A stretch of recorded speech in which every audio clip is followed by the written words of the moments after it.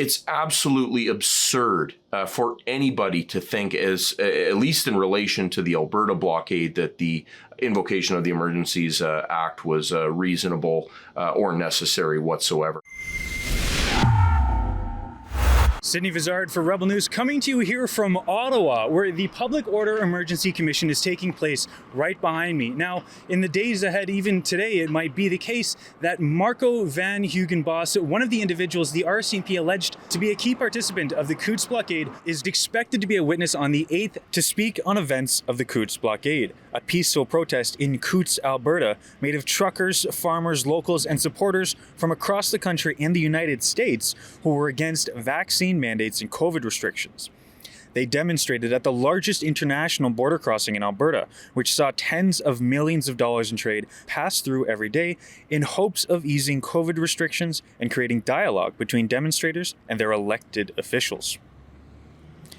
Demonstrations saw the easing of COVID restrictions across the province and acted as a catalyst for former Premier Jason Kenney's stepping down as the leader of Alberta's provincial Conservative government.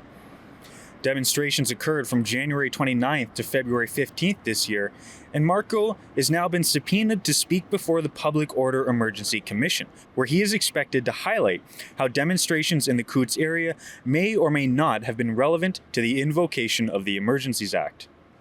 You may remember Trudeau decided to invoke said Emergencies Act as a response to the Freedom Convoy in Ottawa, but as well as a response to the multitude of demonstrations across the country morally aligned with the Freedom Convoy against vaccine mandates and COVID restrictions.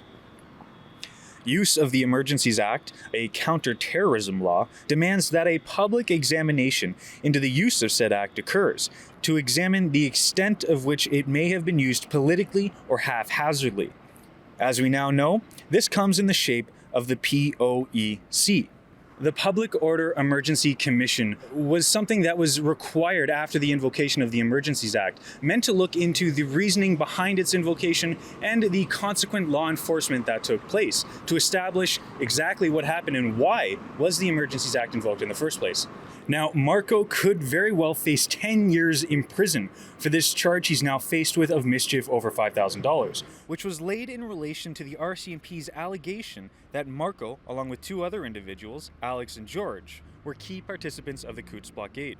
But here at Rebel News, we are helping him through truckerdefensefund.ca, where we're crowdfunding Williamson Law to be his legal counsel through and through.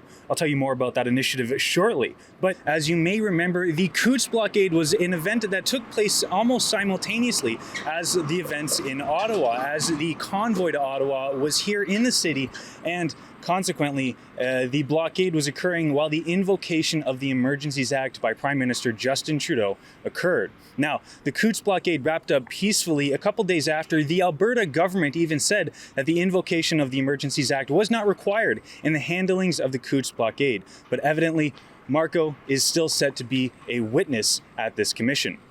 We caught up with Marco a few days ago to find out how he felt about the events that are about to take place and what he expects to come from his speaking to the commission. Here's that interview now. How do you feel about going to Ottawa right now? What are your expectations from that situation? So going to Ottawa, it's heavy on my mind. I was subpoenaed, so I'm forced essentially to go. The truth has to be shared. The truth has to be made public.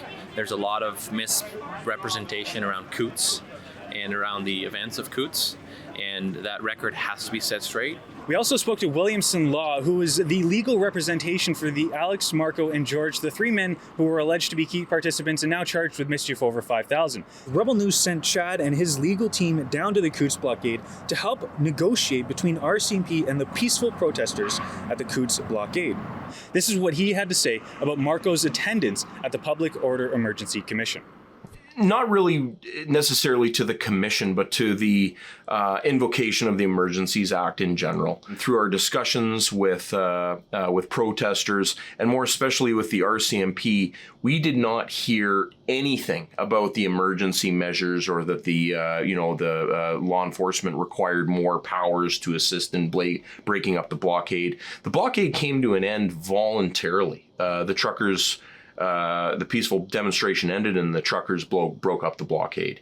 Now, we've seen some regulatory charges and now obviously some criminal charges come out of that set of circumstances.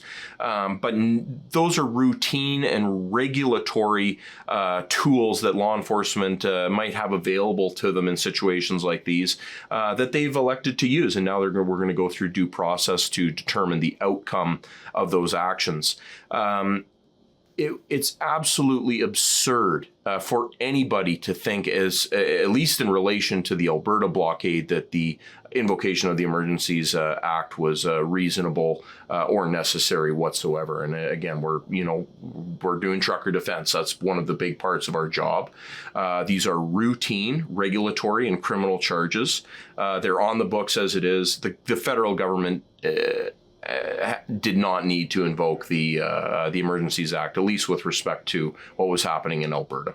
Now, the questions and what will be revealed from Marco is impending, but I can tell you right now, Marco needs your help. And right now, Rebel News is crowdfunding his legal defense for this new charge of mischief over $5,000, which could have him spend 10 years in prison.